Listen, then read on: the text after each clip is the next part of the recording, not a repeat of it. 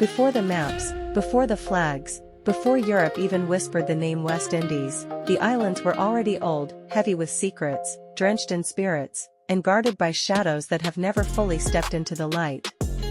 When Frederick A. Ober wandered through these islands in the late 1800s, he wasn't the first explorer here, but he was one of the few who listened. He listened to the stories the elders murmured at night, stories the birds carried, stories the earth refused to forget. He writes in his preface that his journeys led him to century-old traditions, quaint folklore stories, pirate yarns, and buccaneer tales whispered by Carib descendants and old plantation survivors.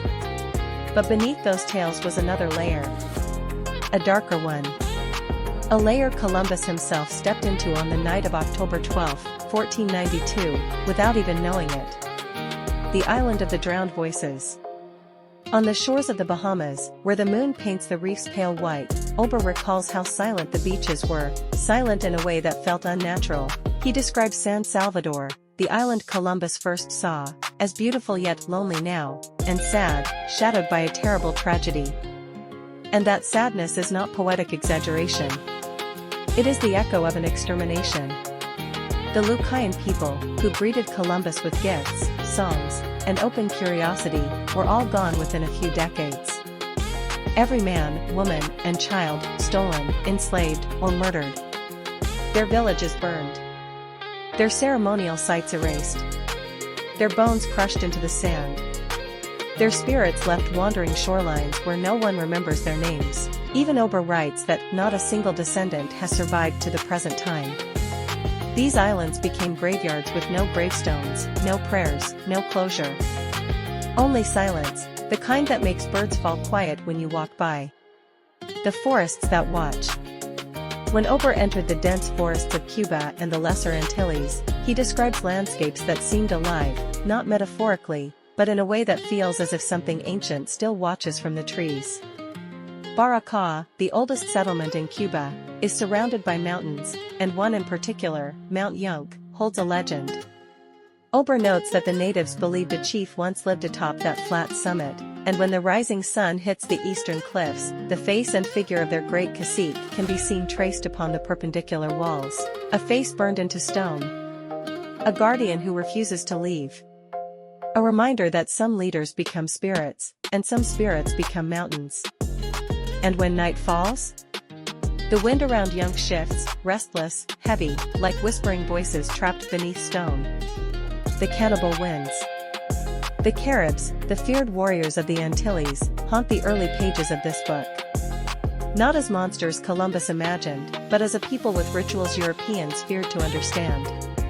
Ober references how the Caribs, especially in Dominica and Guadeloupe, preserved stories of raids, spiritual rites, and ancestral beings who walked alongside them.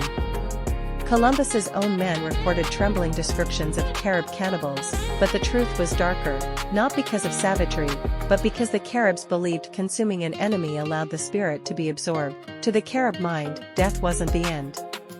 It was a transfer. A merging.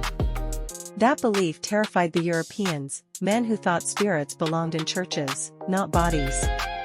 Ober warns that the last Caribs he met still spoke of ancient rituals, still invoked spirits of wind, fire, and water when storms approached. Their cookhouses, their carved canoes, all carried symbols meant to keep unwanted spirits at bay. But imagine what kind of island requires that much protection. The islands that eat ships. One of the eeriest passages Ober includes is about the fate of the Spanish warship Maria Teresa in 1898, a modern vessel swallowed by the same waters Columbus once navigated. Ober notes that after a storm hit near Cat Island, the ship vanished, only to reappear upright, perfectly positioned on a coral cradle off Columbus Point. As if the ocean placed her there deliberately. And when the wreckers found her? Only one creature survived, a single cat, standing on the rocks, staring into the forest before disappearing. Some say cats see what humans can't. Some say the island reclaimed the ship, and kept the cat. The roads where the past bleeds through.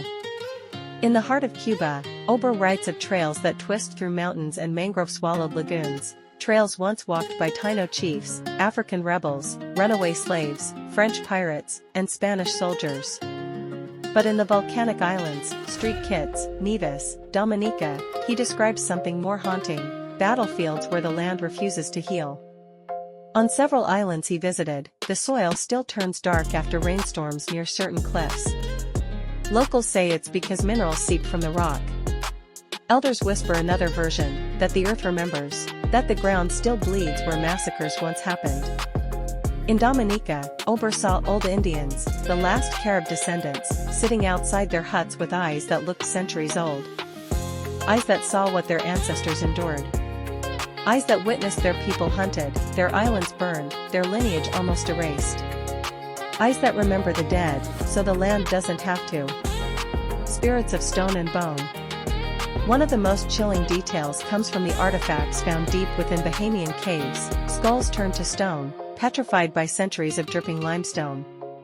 Ober mentions skulls discovered near Cape Macy that were entirely covered, as if petrified, with a deposit of stone after lying untouched for ages.